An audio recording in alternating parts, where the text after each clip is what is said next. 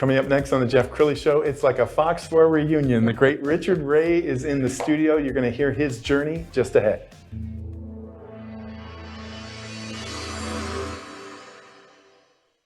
Many are predicting that the worst is yet to come, which is unfortunate, said one person here.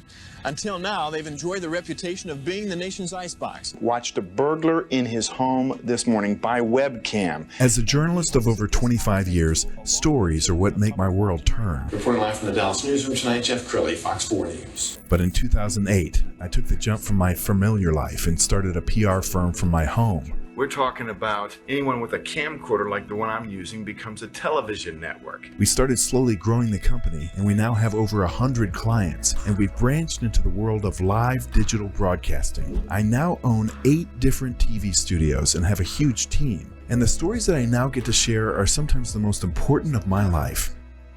Life has a funny way of coming around full circle. This is the Jeff Crilley Show. Well, as you know, I spent 25 years in TV news, and that sounds like a long time to me, but imagine being in TV news for 46 years. My next guest is a good friend, Richard Ray. Thank you for coming on the show. And to be alive to tell the story. It's good to see you again, Jeff. Thank you. We don't see you enough. But if Richard is familiar to you, it's because he was in your living room every single night for 36 years. Is that right? At Channel 4, was CBS, KDFW, became Fox 4, 36 years. Outstanding. Okay, so you are a award-winning storyteller, and you're working on documentaries right now, and we're going to get into that in a second. But first of all, can you even believe that you're retired? Jeff, I'm having the time of my life. I've never had more fun. And if I'd have known retirement was going to be this much fun, I probably would have done it earlier. But yeah, I'm really having a blast. I've been able to transition into a second career in filmmaking. I've done some feature films, some commercials, some voiceover work. But increasingly, as you mentioned briefly, I'm working on producing and developing documentary projects, which is becoming my true love. I think that's where I'm going to start focusing most of my energy, and I have the last couple of months. Outstanding. More on that in a minute, but I went back to do some homework, and they came up with a great goodbye show for you at Fox 4. Let's run a clip. I'm going to give you guys a little palate cleanser. I did put together a little something. It's going to be really quick. I know you guys got stuff to do. A little palate cleanser for everybody here. Mr. Ray. Wow. And the porn stash.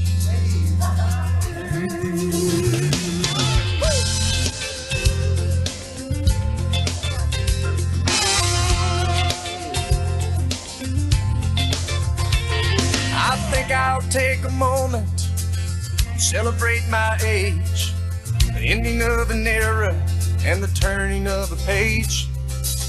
Now it's time to focus in on where I go from here. Lord, have mercy on my next 30 years. Woo!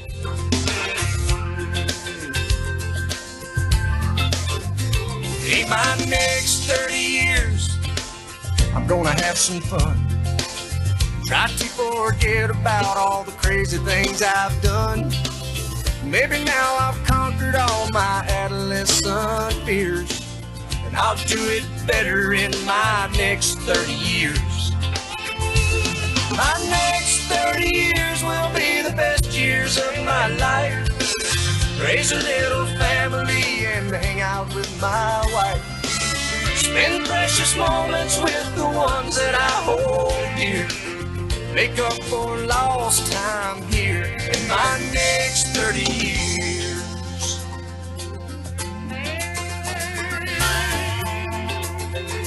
In my next 30 years. Oh, no.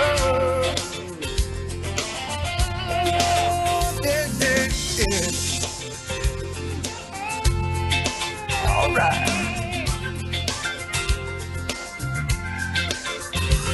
Oh, here we go, boys.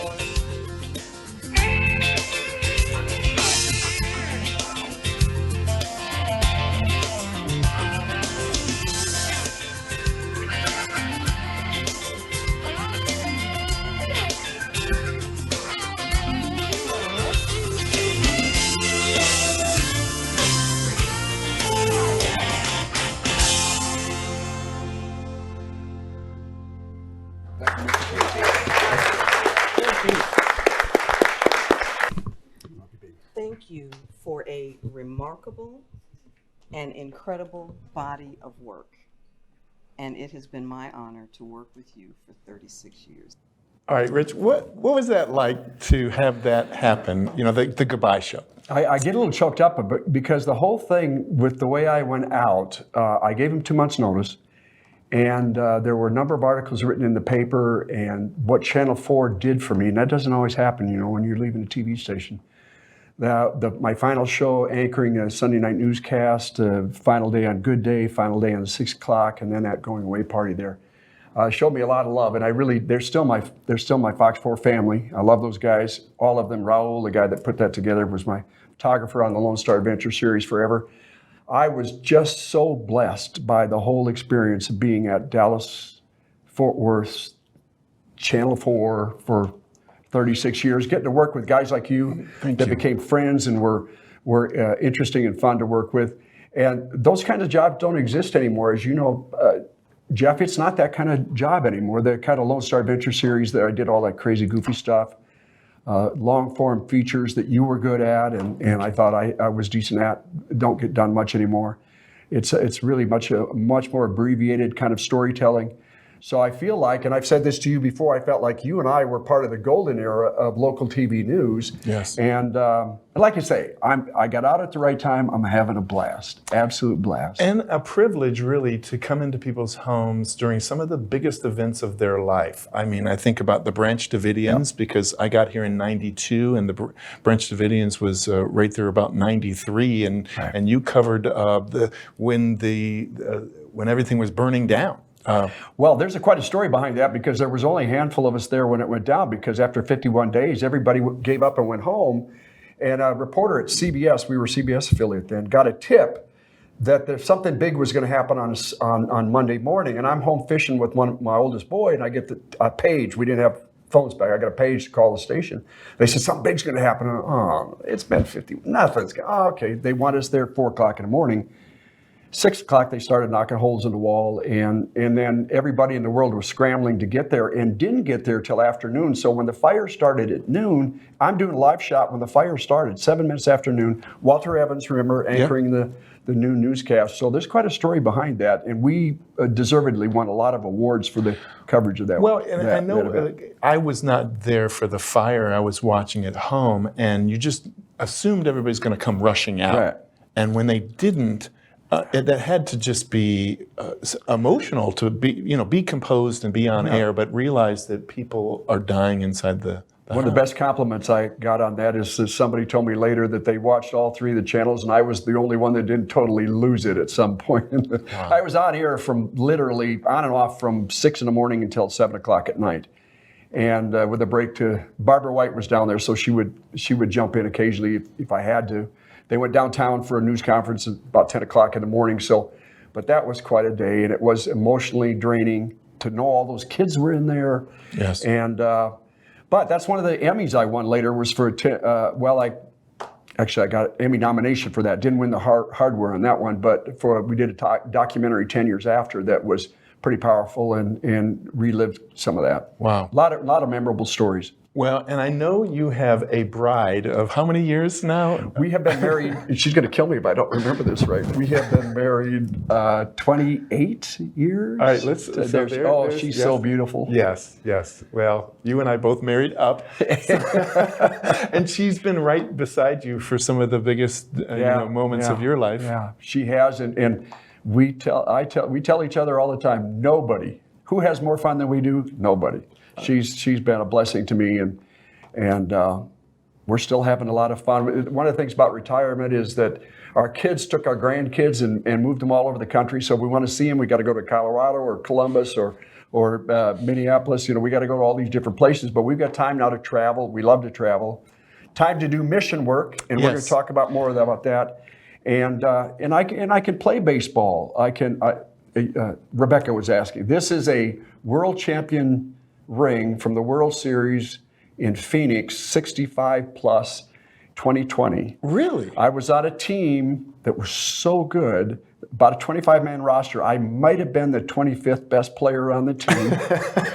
But that's the joy. I got to ride along for the ring. We won this next year. We won again This year, I couldn't go because I had a movie part I had agreed to do, but a team out of Fresno recruited me to play with a 70-plus team. We made the championship, but we lost in the championship. All I got is a T-shirt that says a finalist on it. But You can tell he's having fun, but I know your real heart is in mission work. So you loaned us some slides, and we're going to put these up on the screen. And I want you to tell us what we're looking at. Okay, now this is last March, right after the war in Ukraine started, and it also involves baseball. There's a picture of this.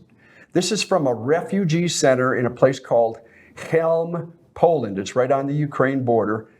They're going through these slides a little quicker than I could keep up with them, but this is the team that went. I went with Texas Baptist Men, which you've done a lot of stories on over the years. Let's stop on this slide. Just let me explain how I got involved with Texas Baptist Men, because Catherine and I have been doing mission work locally and abroad in Africa and Latin America for almost 20 years. But you covered a lot of stories with Texas Baptist Men. I covered a lot of stories. Well, I went to Sri Lanka with Texas Baptist Men after the tsunami in 2000, I think it was early 2006. And I always teased them, I'm Lutheran, but you guys, after I retire, I can volunteer to work with you guys. And they always said, yeah. So when I heard that they were potentially going to send a team to Ukraine and Poland, I went through all the training, and I'm sitting at the airport waiting to do a baseball tournament in March. I get a call on a Friday, are you ready to go? And I said, I got to talk to my wife. She did. She prayed about it and said, you could go. And by Wednesday, I was on a plane to Poland. We worked at, most of the time you'll see these are shots from a warehouse that was, where they were coming in from Ireland. They were going out to places in Ukraine. A lot of these were loading up trucks and vans and whatever, praying over people that are about to go back into the Ukraine. It was 2 weeks of really backbreaking work in the warehouse and glamorous stuff, working in the shelter, cleaning toilets and mopping floors and that kind of thing. Well, let me ask you this, because you were the world traveler for Fox 4. I remember you jumping on an airplane and going to Mexico for an earthquake, and you were there for every major catastrophe for at least a decade there. Is it different going there as not a journalist, but as a volunteer? Absolutely, but although I got a kind of a taste of it when I went to Sri Lanka with them after the tsunami, because they sent a team there. Texas Baptist works all over the world, and they're experts at clean water and mass feeding. And I went with a team that was, all the wells in Sri Lanka were swamped by the tsunami, so they didn't have clean drinking water. So they sent a team over to do that, and I went with them. And we slept on the floor and went with them just as part of the team. We did daily reports, and then we came back and we did a half-hour documentary. And so I really knew what the drill was, and having done that kind of stuff on mission work for my church, I kind of knew too. But yeah, traveling for work is different in that you're over there, the tension's high, you're trying to produce stories every day. Oftentimes just getting your stories to the feed point would be a really colossal effort. And oftentimes it involved not sleeping for 2 days in a row. Right. And so with the mission work, it can be very hard, but it's very rewarding. I mean, you feel like, I felt so privileged. That's the only word I can come up with on going to Ukraine and Poland with Texas Baptist Men. I was privileged to be able to go over there and serve others in the name of Jesus, which we did. I mean, it's not overtly, we're not proselytizing the whole time. We're just helping people, serving people, and showing them God's love. And it was hard. I got really sick. Did you? With the stomach bug. A bunch of the guys came back with COVID. I didn't. I was the only one that didn't come back with COVID.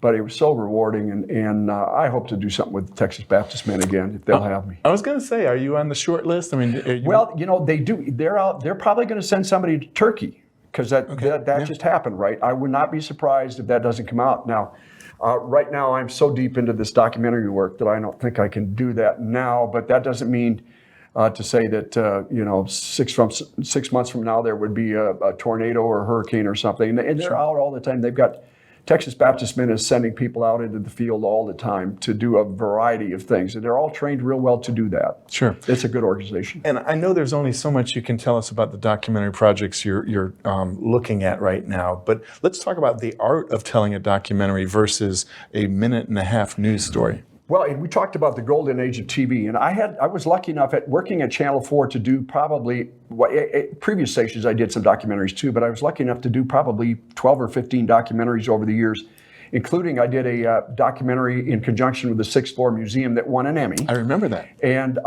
so I kind of know how it works working in that setting. But to tell you the truth, when you get into the wider documentary world outside the bubble of local TV news, it's a whole different ballgame, and I'm still trying to learn the ropes. What I'm trying to do is surround myself with, I've hooked up with a really bright young producer who used me in a documentary. One of the documentaries I did is going to come out later this year. I think they'll finish it. They're coming back at the end of this month. They want to do another day of shooting with me. But it'll probably come out on TV in the UK and here in Dallas by the end of the year. Well, I was just really impressed with her, and I started telling her about these other story ideas and another documentary that I'm deep into that we're also negotiating with another production company to do. And she said, we should work together. You've got some great ideas. I can get you to the right people. And I think that's a godsend too, because I had been chasing a lot of this acting work, which when you start out, it's just these small independent films that don't pay anything. You don't know what the quality is going to be on them and that kind of thing. And although they're fun to do, I think my real calling, I think where he is really leading me is into this documentary work. And so that's how I'm going to focus on that. And I love it that you're living life on your terms, because there was far too many days when we both came into Fox 4 and were assigned a murder story or something where we're going to be visiting with a family that's grieving and to be able to choose your own projects. Tell me about that. That's the beauty of it too, because these are when I'm pitching a project, it's a project that I feel strongly about, and I feel like there's a story to be told that hasn't been told. One in particular right now is about a very dark. You know the story well if I told you what it was, but I've got a confidentiality agreement right now. I really shouldn't talk too much about it, but it's got a really dark, evil side to it. But there's also a bright side, a faith-based side that got the family through this. And I want to be able to tell stories that have that kind of a twist to them. I think you met my manager not long ago, Tanya Renee, yes. And she and I think a lot alike on these things, in that you have to be in the secular world to tell really honest stories and to get that perspective across. Too often, faith-based projects, which I would love to get involved with faith-based projects, and I haven't really had much luck at it, but too often they don't really take a realistic look at life. The Bible's an X-rated book. Real life is messy. Too often faith-based are pretty sugar-coated and unreal. And so that's why I think I can make a difference. I think my faith can make a difference in the stories I tell in the secular area. Again, not preachy stories, just telling taking a wider look at it from different perspectives and that kind of thing. I love that, because it is a ministry for you, and you're able to reach people who might never go into a church, right? And hit them with a story that causes them maybe to rethink their own situation. As a Christian, you don't want to live in a bubble where you're surrounded only by people who look like you and who believe the same thing you believe. That's why foreign mission work is so important. So many Americans seem to think that Christianity ends at the border. No, we've got brothers and sisters in Christ all over the world that need us as much as we need them. And so I think that wider perspective is also helping me in telling these kinds of stories. I love to travel. Fortunately, I married a bride who loves to travel. She doesn't like to fly, but she'll get on a plane and go wherever we want to go. And our mission work has so enriched our lives. It all started with a trip to Kenya in 2004 that has led to everything else. It's so many good things in our life that, which might be time for another story to tell that whole story. Well, this won't be the last time you see Richard on my show. Hopefully he'll come back in a few months and when he's able to talk about some of the projects. Anytime you can have me, thank you. I'll be here. Well, what a blessing. We're going to end with your Facebook page. It's right there on the screen. And Rich, congratulations and thank you for sharing your heart with us. Thank you. That's it for now. We'll see you next time.